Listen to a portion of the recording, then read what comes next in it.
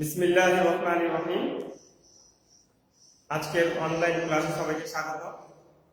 শিক্ষার্থীরা, তোমাদের short syllabus নিয়ে এনসিটিভি কর্তৃক যে নতুন সিলেবাস দেওয়া হয়েছে বোর্ড এক্সামের জন্য, সেই সিলেবাসটা আমরা আলোচনা করছিলাম। শর্ট সিলেবাস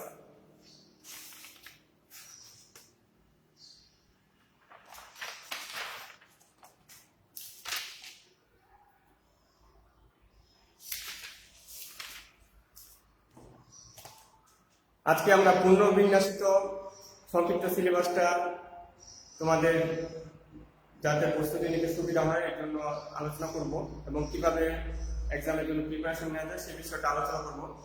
এই জন্য তোমাদেরকে সিলেবাসটা সবাই আশা করি সংগ্রহ করেছ। হিসাব বিজ্ঞান প্রথম পত্র, এটা আমরা সিলেবাস নিয়ে আলোচনা করবো।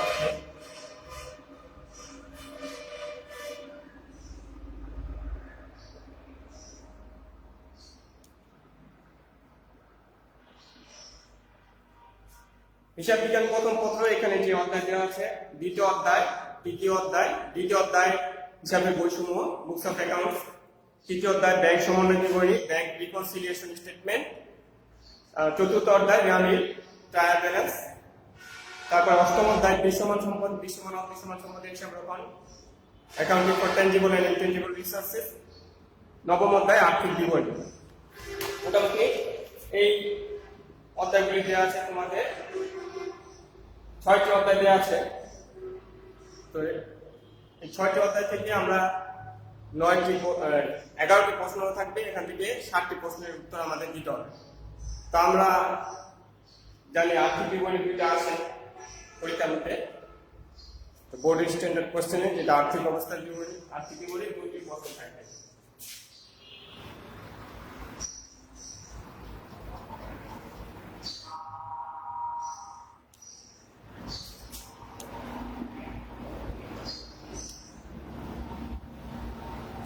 আর্থিক বিবরণী থেকে 2টি প্রশ্ন থাকবে। এক্ষেত্রে 2টি কোশ্চেন তোমাদের অবশ্যই আনসার করতে হবে। এটা আগের সিলেবাসে যেরকম ছিল যে আর্থিক বিবরণী 2টি আবশ্যক মানে বাধ্যতামূলকভাবে দিতে হবে। সেই হিসাবে তোমাদের এই অধ্যায়ের উপরে পূর্ণাঙ্গ একটা ধারণা থাকতে হবে, বেশি বেশি প্র্যাকটিস করতে হবে এবং প্রস্তুতি নিতে হবে। এবং এই অধ্যায়ের অঙ্কগুলি যে কোনো কঠিন কোশ্চেন বা যে কোনো সহজ কোশ্চেন হোক না কেন, যাতে আমরা সহজেই দিতে পারি, এর জন্য আমাদের সব ধরনের কোশ্চেন বোর্ড থেকে দেখতে হবে এবং এগুলি সমাধান শিখতে হবে, যাতে আমরা সমাধান করে পর্যাপ্ত প্র্যাকটিস করতে করতে আমাদের সহজেই যে কোনো কোশ্চেন সংক্ষিপ্ত সময় যাতে আমরা দিতে পারি উত্তর, এই ধরনের একটা প্রস্তুতি আমাদের নিয়ে রাখতে হবে। কারণ আমরা শর্ট সিলেবাস দেওয়া হয়েছে, আমরা যদি মনে করি যে সংক্ষিপ্ত ছোট ছোট কোশ্চেন আসবে বা সহজ প্রশ্ন আসবে, এই ধারণাটা সঠিক না। আমাদেরকে যে কোনো ধরনের কঠিন প্রশ্ন, সর্বোচ্চ কঠিন প্রশ্ন করলেও যাতে আমরা ভালো প্রস্তুতি নিতে পারি, সেই ধরনের প্রস্তুতি এখন থেকে আমাদের নিতে হবে। আর্থিক বিবরণী নিয়ে একটু আগে আলোচনা করি। আর্থিক বিবরণী তোমার 2টা কোশ্চেন থাকবে তোমাদের। সেই 2টা কোশ্চেনের মধ্যে ক, খ, গ, জ্ঞানমূলক, প্রয়োগ, উচ্চতর দক্ষতা, বিভিন্ন ধরনের প্রশ্ন মিলিয়ে থাকবে। এই ক্ষেত্রে তোমাদের জ্ঞানমূলক, অনুধাবনমূলক, প্রয়োগ, উচ্চতর দক্ষতা, এগুলি বুঝতে হবে কোনটা কোন ধরনের প্রশ্ন। এই হিসাবে তোমাদের 2 নাম্বার 2, 4, 4 একটা প্রশ্নের মধ্যে 10 নাম্বার থাকে, আমরা জানি হিসাব বিজ্ঞানে, যেহেতু ক নাম্বার কোশ্চেনে 2, খ নাম্বার কোশ্চেনে 4 এবং গ নাম্বার কোশ্চেনে 4। তাহলে এই ক্ষেত্রে আমাদের বেশি গুরুত্ব দিতে হবে খ এবং গ, যেহেতু এই 2টা কোশ্চেনে বেশি নাম্বার 8 নাম্বার, আর ক নাম্বার কোশ্চেনটা স্বাভাবিকভাবে সহজ থাকে। সেই হিসাবে এই 2টা আমাদের এই 2 নাম্বার পাওয়াটা খুবই সহজ হবে। কিন্তু এই দ্বিতীয় খ এবং গ, এই 3টা কোশ্চেনের মধ্যে একটু কম্পারেটিভলি কঠিন থাকে, খ এবং গ। তো এর জন্য আমাদেরকে করতে হবে এই 2টা কোশ্চেন যে কোনো ভাবে পরীক্ষার প্রশ্নে থাকুক না কেন, যাতে আমরা সহজে উত্তর দিতে পারি, এই ধরনের আমাদের ধারণা থাকতে হবে।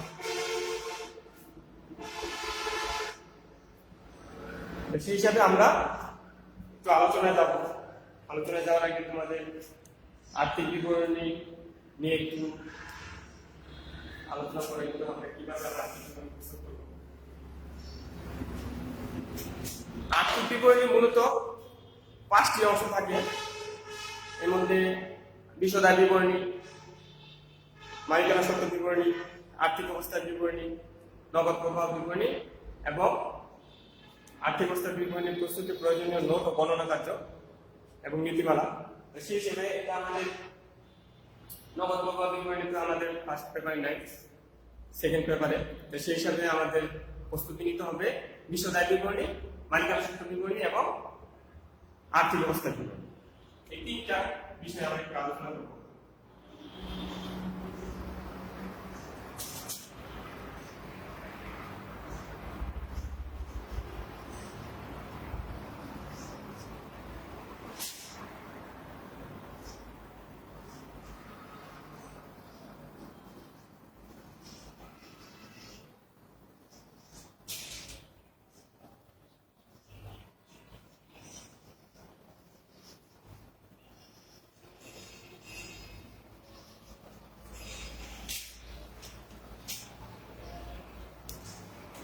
বিশদ আয় বিবরণী বা কম্প্রিহেনসিভ ইনকাম স্টেটমেন্ট, এটা আমাদের অনেকগুলি অঙ্ক পড়ানো হয়েছে। সেই অঙ্কগুলি তোমরা আশা করি বাসায় ক্লাস ফলো করে খাতার মধ্যে পড়বে এবং পাশাপাশি এখানে যে সাজেশন আমরা দিব বা যে ধরনের অঙ্কগুলি বেশি করতে হবে এই ক্লাসগুলো তোমাদেরকে ফলো করতে হবে।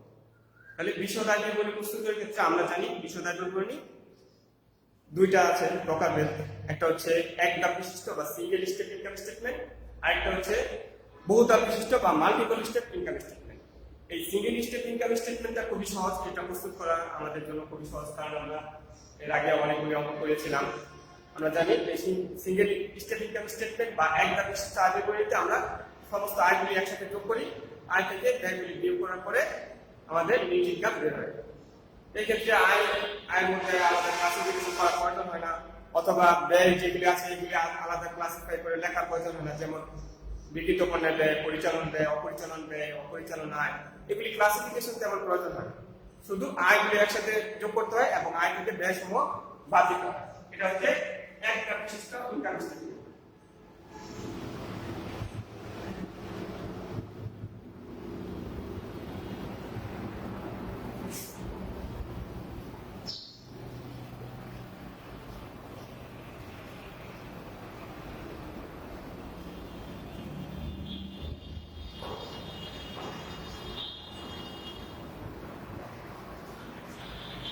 একটা বিশিষ্ট আয় বিবরণী সিঙ্গেল স্টেপ ইনকাম স্টেটমেন্ট।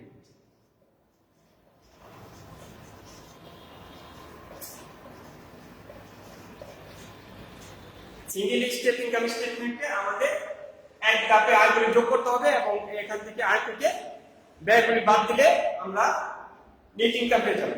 অর্থাৎ মোট আয় বিয়োগ মোট ব্যয় equal to net love. Total income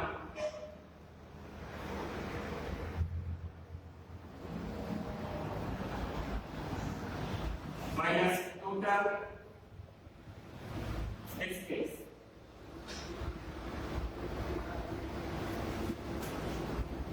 সমান নেট প্রফিট।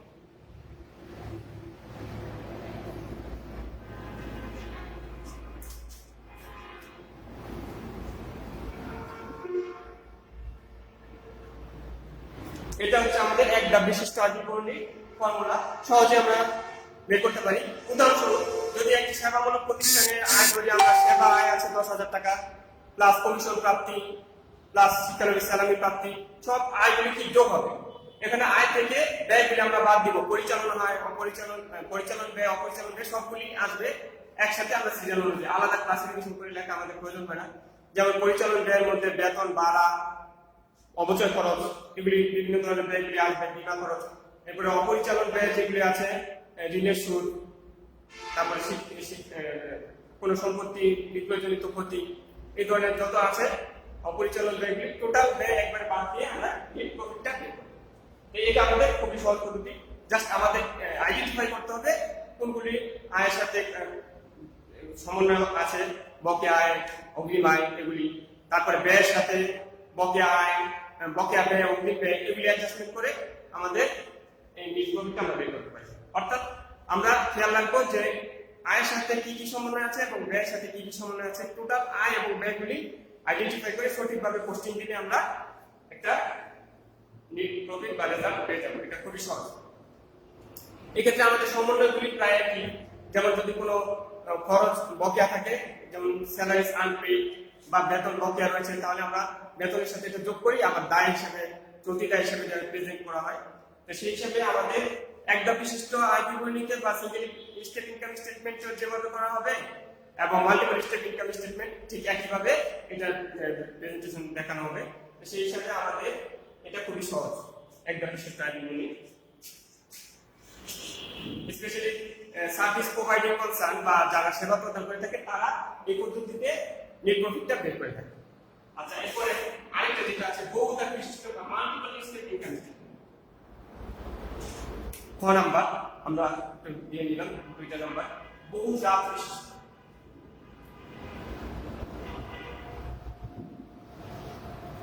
বহুধাপ বিশিষ্ট আয় বিবরণী বা মাল্টিপল স্টেট ইনকাম স্টেটমেন্ট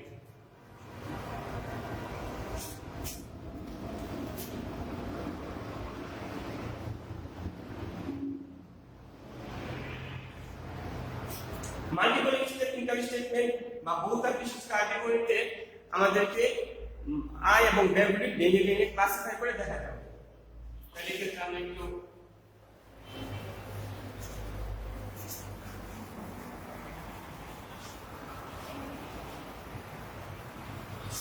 এখানে লিখব বিভিন্ন ধরনের আয় এবং ব্যয়গুলি।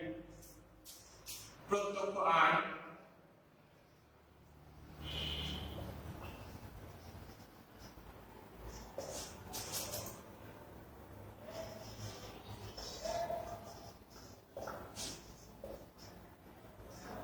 প্রত্যক্ষ ব্যয়,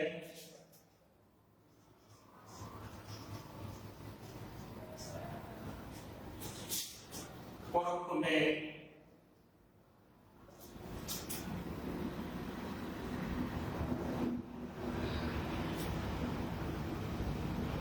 পরোক্ষ পরিচালন ব্যয়,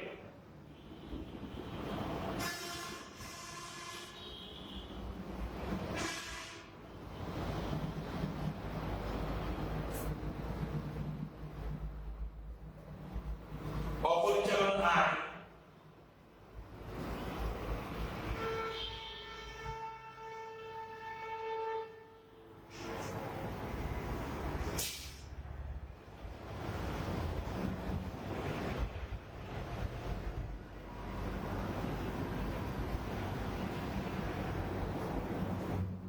অপরিচালন ব্যয়, পরোক্ষ আয় আছে এখানে। সেগুলি আমাদের আলাদাভাবে দেখাতে হবে।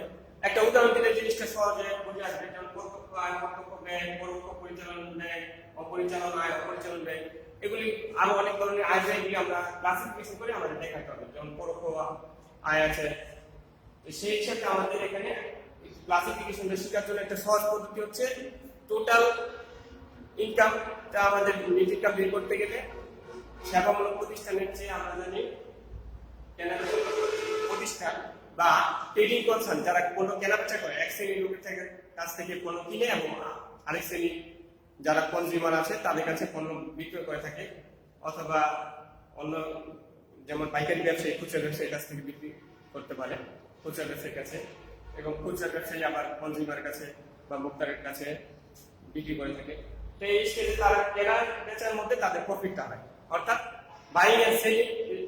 তাহলে এক্ষেত্রে আমরা উদাহরণ দিতে পারি, একটি পণ্য কেনা হলো 8 টাকা, এর সাথে আনুষঙ্গিক খরচ 2 টাকা, 10 টাকা, আর সে বিক্রি করেছে 12 টাকা, তাহলে এখানে প্রফিট হয়েছে 2 টাকা।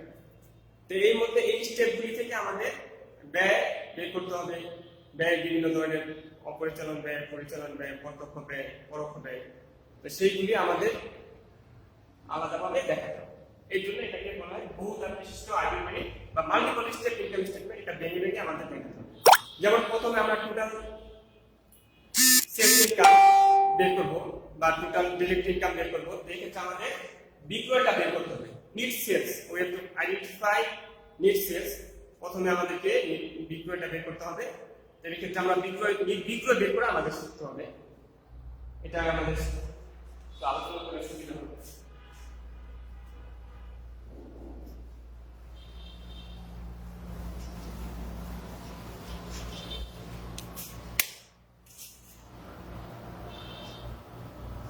নির্বিঘ্ন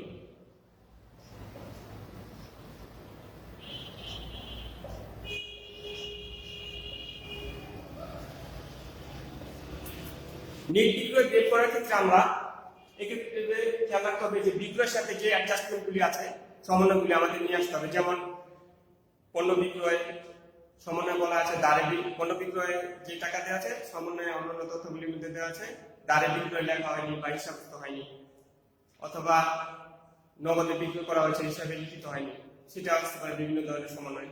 অথবা একজন কাস্টমারকে পণ্য ফেরত দেওয়া হয়েছে, বিক্রয় ফেরত, তারপরে গ্রামীণের বিক্রয় থাকতে পারে, বিক্রয় ফেরত, বিক্রয় বার্তা, এগুলি আমাদের সমন্বয় করতে হবে। তাহলে নিট বিক্রয় বের করার ক্ষেত্রে আমাদের বা নিট সেলস বের করার ক্ষেত্রে বিক্রয় থেকে বিক্রয় ফেরত বাদ দিতে হবে, বিক্রয় বার্তা বাদ দিতে হবে, তারপরে দাঁড়ে বিক্রয় বা অলিখিত বিক্রয় সেগুলিকে যোগ করতে হবে, বিক্রয় ফেরত যদি সমন্বয় বলা থাকে সেটা করতে হবে, নিয়ে আসতে হবে। এগুলি সমস্ত কিছু অ্যাডজাস্টমেন্ট করার পরে আমাদের নিট বিক্রয়ের পরিমাণ বের হবে। এখন নিট বিক্রয় থেকে আমরা বিক্রিত পণ্যের ব্যয় বাদ দেব, এটা কর্তৃপক্ষ বিক্রিত পণ্যের ব্যয়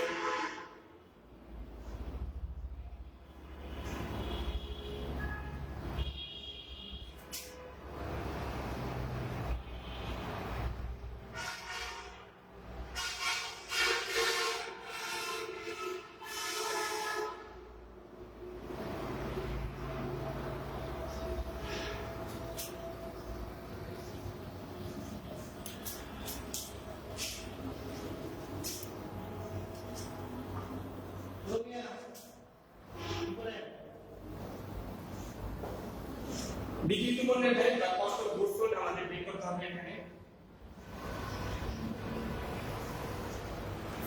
তাহলে আমরা জানি বিক্রিত পণ্যের ব্যয়ের ক্ষেত্রে আমাদের প্রারম্ভিক মজুত পণ্য এর সাথে আমাদের কত খরচগুলি যোগ করতে হবে, এরপর সমাপনী মজুত পণ্য বাদ দিয়ে আমরা বিক্রিত পণ্যের ব্যয় বের করি, অর্থাৎ opening stock plus minus closing stock, এভাবে আমরা বিক্রিত পণ্যের ব্যয় বের করব। তাহলে নিট বিক্রয় থেকে বিক্রিত পণ্যের ব্যয় বাদ দিতে হবে। নিট বিক্রয় থেকে বিক্রিত পণ্যের ব্যয় বাদ দিলে আমরা মোট লাভ পেয়ে যাব। তাহলে এক্ষেত্রে আমাদের দ্বিতীয় স্টেজে আমরা যেটা পাচ্ছি সেটা হচ্ছে মোট লাভ।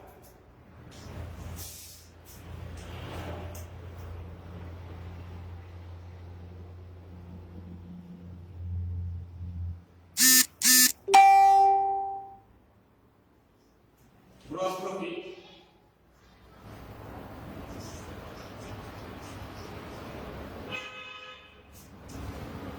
তিন নম্বরে আমরা এই স্টেপে এসে মোট লাভের পরিমাণ পেয়ে যাব। বিক্রয় থেকে বিক্রিত পণ্যের ব্যয় পরিমাণ বাদ দিলে আমরা বিক্রয় থেকে বিক্রিত পণ্যের বাদ দিলে আমরা মোট লাভ পেয়ে যাব।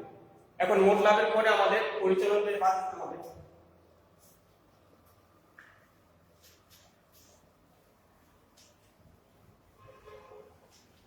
আজকে মোট লাভ পর্যন্ত আমরা একটু আলোচনা করে একটা অঙ্ক দেখিয়ে দিব যাতে তোমাদের প্রস্তুতি নিতে সুবিধা হয়। ধারাবাহিকভাবে আমরা এগুলো আলোচনা করবো ইনশাআল্লাহ।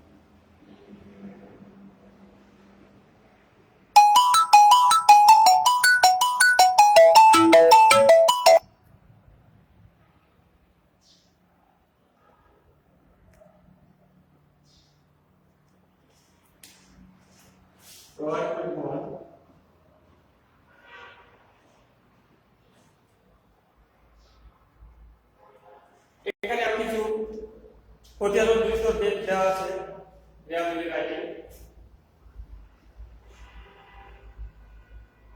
এখান থেকে আমরা বিক্রয় ফেরত অ্যাডজাস্ট করব, প্রারম্ভিক মজুরি প্রত্যক্ষ মজুরি ক্রয় পরিবহন দেওয়া আছে, আর অন্যান্য বিভিন্ন প্রত্যক্ষ খরচ থাকতে পারে, আমদানি শুল্ক, কুলির মজুরি, সেগুলি আমাদের এখানে থাকলে প্রত্যক্ষ খরচের মধ্যে নিয়ে আসবে।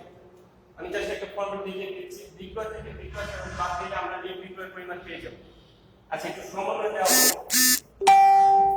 সমন্বয় যদি আমরা সমপরিমাণ পণ্য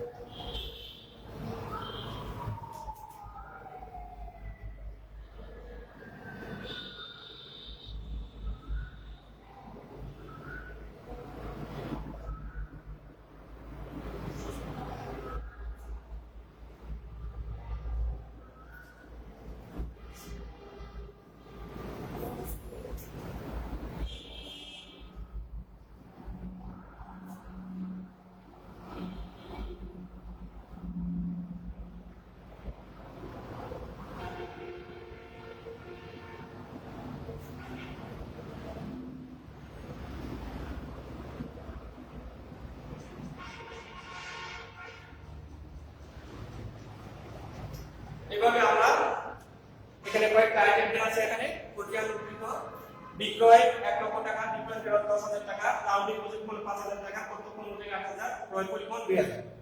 এছাড়া সমন্বয় বা অতিরিক্ত তথ্য দেওয়া আছে, সমাপনী মজুরি পণ্য 15,000 টাকা এবং ডাইরেক্ট বিক্রয় 15,000 টাকা হিসাব করতে হয়। ক্রেডিট সেলস 15,000 টাকা নট রেকর্ডেড, অর্থাৎ এখানে হিসাবে বাদ করেছে, আর সমাপনী মজুরি পণ্য 15,000 টাকা। এইগুলি আমাদের অ্যাডজাস্ট করে যদি আমরা বলি যে বিক্রিত পণ্যের ব্যয় পরিমাণ নির্ণয় করো, তাহলে আমরা বিক্রিত পণ্যের ব্যয় নিব। আর যদি মোট লাভ নির্ণয় করে, তাহলে বিক্রিত থেকে বিক্রিত পণ্যের ব্যয় বাদ দিলে মোট লাভের পরিমাণ নির্ণয় করা যাবে। তাহলে আমরা ধরে নিই মোট লাভের পরিমাণ নির্ণয় করব।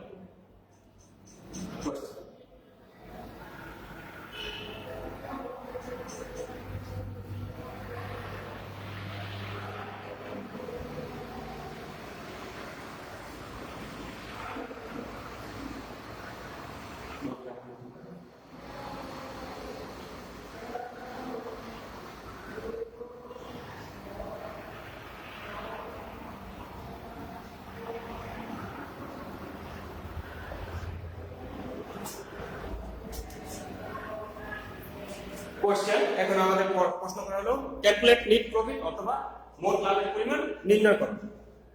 তাহলে এই ক্ষেত্রে আমাদের মোট লাভের পরিমাণ নির্ণয় করতে গেলে আমাদের সবগুলি তথ্য লাগবে। এখানে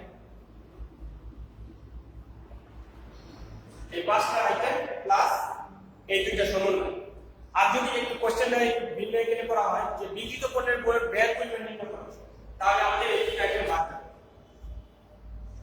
যদি বিক্রিত পণ্যের ব্যয় নির্ণয় করতে বলা হয়, তাহলে বিক্রয় এবং বিক্রয় ফেরত বাদ যাবে, আমাদের খেয়াল রাখতে। তাহলে প্রারম্ভিক মজুরি পণ্য, প্রত্যক্ষ মজুরি, ক্রয় পরিবহন, এই তিনটা আইটেম লাগবে, প্লাস সমন্বয়ে সমাপনী মজুরি পণ্য 15,000 টাকা, এই আইটেমটা লাগবে। আর যখন আমাদের মোট লাভের পরিমাণ নির্ণয় করতে বলা হয়, তাহলে এই 5টা আইটেমের সাথে আমাদের সমন্বয় দুটো আইটেমের কাজে লাগে। এভাবে আমরা কাজ করব। যেহেতু আমরা সবাই জানি যে মোট লাভের পরিমাণ নির্ণয় করতে গেলে নেট বিক্রয় থেকে বিক্রিত পণ্যটা বাদ দিতে হয়। Net sales minus cost of goods sold equal to gross profit. তাহলে এক্ষেত্রে আমাদের নেট বিক্রয় নির্ণয় করতে গেলে বিক্রয় ফেরত, ডাইরেক্ট বিক্রয় যেটা হিসাবভুক্ত হয়নি বা অলিখিত বিক্রয়, এটা আসবে। তো এইভাবে আমরা নেট বিক্রয় পরিমাণ নির্ণয় করি। আর বিক্রিত পণ্যের ব্যয়ের ক্ষেত্রে আমাদের প্রারম্ভিক মজুরি পণ্য, প্রত্যক্ষ মজুরি, ক্রয় পরিবহন, সমাপনী মজুরি পণ্য, এগুলি কাজে লাগে। এখন আমরা নেট বিক্রয় পরিমাণ নির্ণয় করতে গেলে বিক্রয় 1 লক্ষ টাকা থেকে বিক্রয় 10,000 টাকা বের করতে হবে, প্লাস ডাইরেক্ট বিক্রয় 15,000 টাকা হিসাবভুক্ত হয়, এটাও লিখতে হবে। নেট বিক্রয় পরিমাণ আমরা একটু দেখে দিচ্ছি পাশে।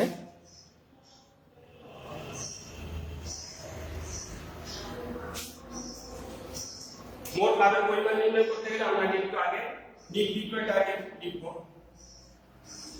পরে বিক্রিত পণ্যের ব্যয় বের করব। সেপারেটলি দেখে দিচ্ছি যাতে তোমাদের অঙ্ক করতে সুবিধা হয়।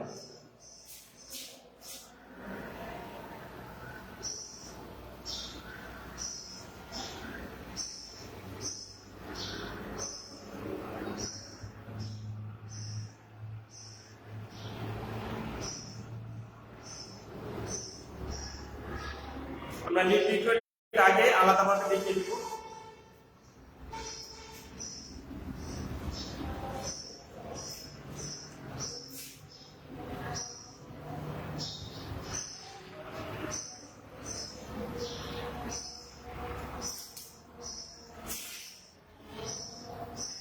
বিক্রয় দেওয়া আছে আপনার যোগ দ্বারা বিক্রয় হবে আর বিক্রয় ফেরত বিয়োগ হবে বা বিক্রয় ফেরত।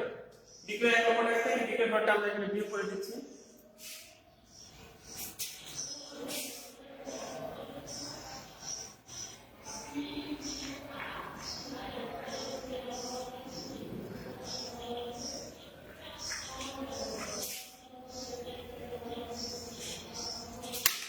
বিক্রয় 1 লক্ষ বিয়োগ বিক্রয় ফেরত 10,000 তাহলে 90,000।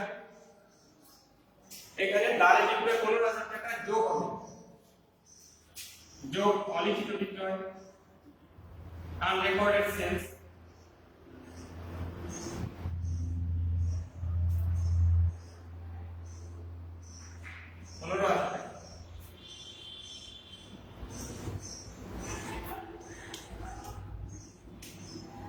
তাহলে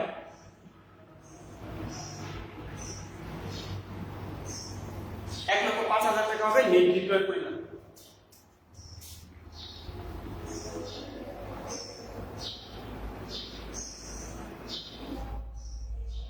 নেট বিক্রয় এরপরে আমাদের বিক্রিত পণ্যের বের করতে হবে। বিক্রয় থেকে বিক্রিত পণ্যের বাদ দিলে আমরা মোট লাভের পরিমাণ পেয়ে যাবো, যেটা আমাদের বিক্রয় হচ্ছে। তাহলে আমরা একটু এখানে নেট বিক্রয় 5,000 টাকা এটা নোট করে রাখতে হবে।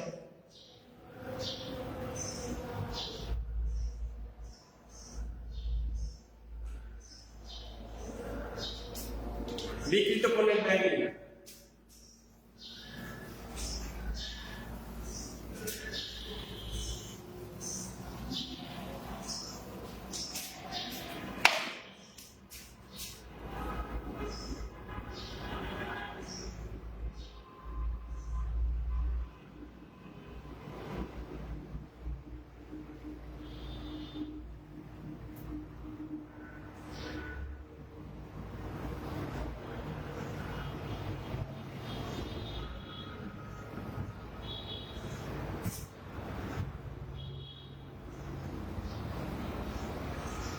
প্রারম্ভিক মজুদ পণ্য আমাদের দেওয়া ছিল 5,000 টাকা।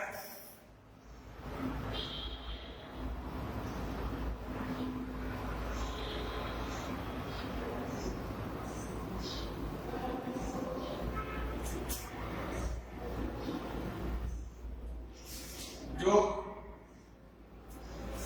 প্রত্যক্ষ মজুরি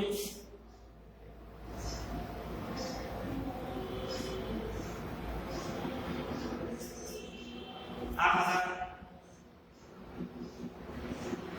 যোগ ক্রয় পরিকল্পনা ছিল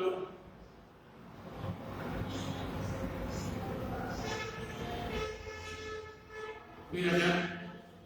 তাহলে এই তিনটি উপাদান প্রারম্ভিক মজুদ পণ্য যোগ প্রত্যক্ষ মজুরি যোগ ক্রয় পরিকল্পনা যোগ করতে হবে এখানে 15,000।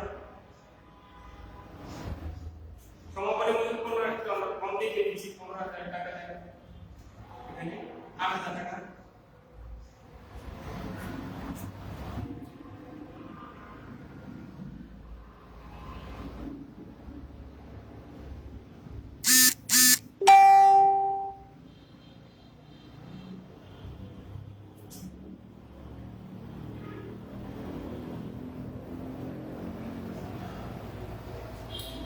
এখানে আমাদের ক্রয় থাকলে ক্রয় পরিমাণ যোগ হবে। এভাবে আমরা কি করব, বিক্রিত পণ্যের ব্যয় পরিমাণ নির্ণয় করব।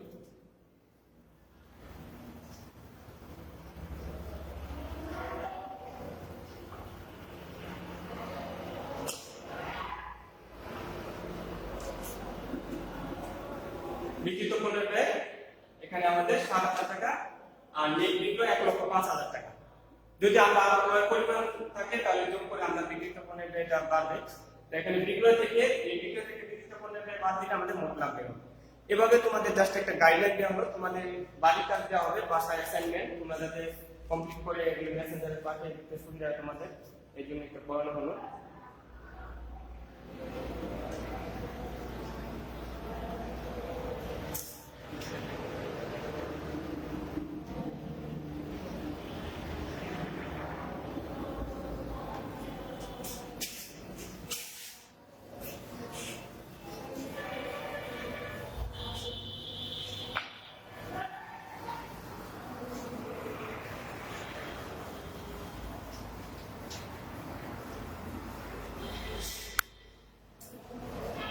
এক্ষেত্রে আমাদের মোট লাভ নির্ণয় করতে গেলে আমাদের যেই সূত্রগুলি লাগবে সেটা আলোচনা করা হয়েছে। এজন্য তোমাদের বাড়ি কাজ দেওয়া হবে, বাড়িতে পর্যাপ্ত পরিমাণ সময় আছে, অনেক সময় আছে, সেই সময়টা কাজে লাগাতে হবে। এক্ষেত্রে তোমাদের একটা কাজ দেওয়া হবে, ঢাকা, দিনাজপুর, সিলেট, যশোর।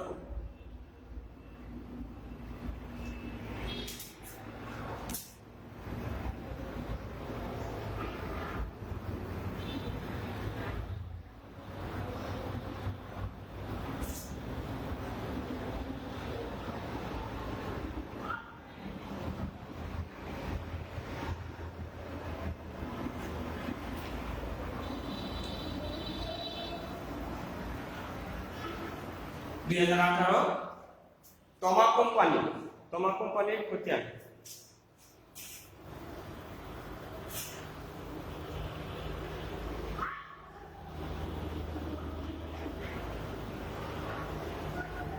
তমা কোম্পানির যে অঙ্কটা আছে সেটা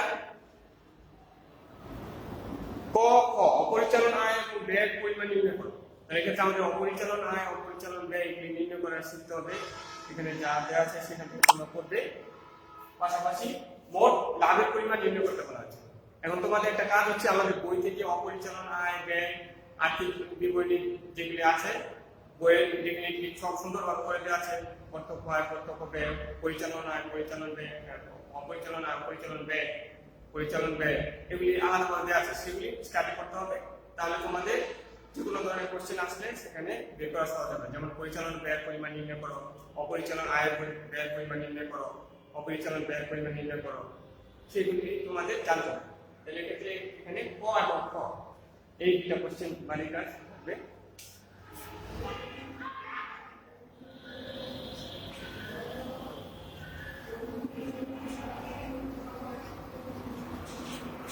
এই দুটো কোশ্চেন তোমাদের বাড়ির কাজ থাকবে।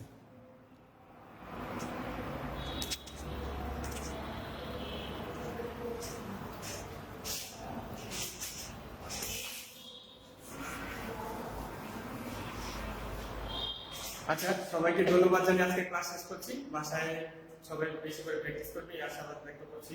সবাইকে ধন্যবাদ। আসসালামু আলাইকুম।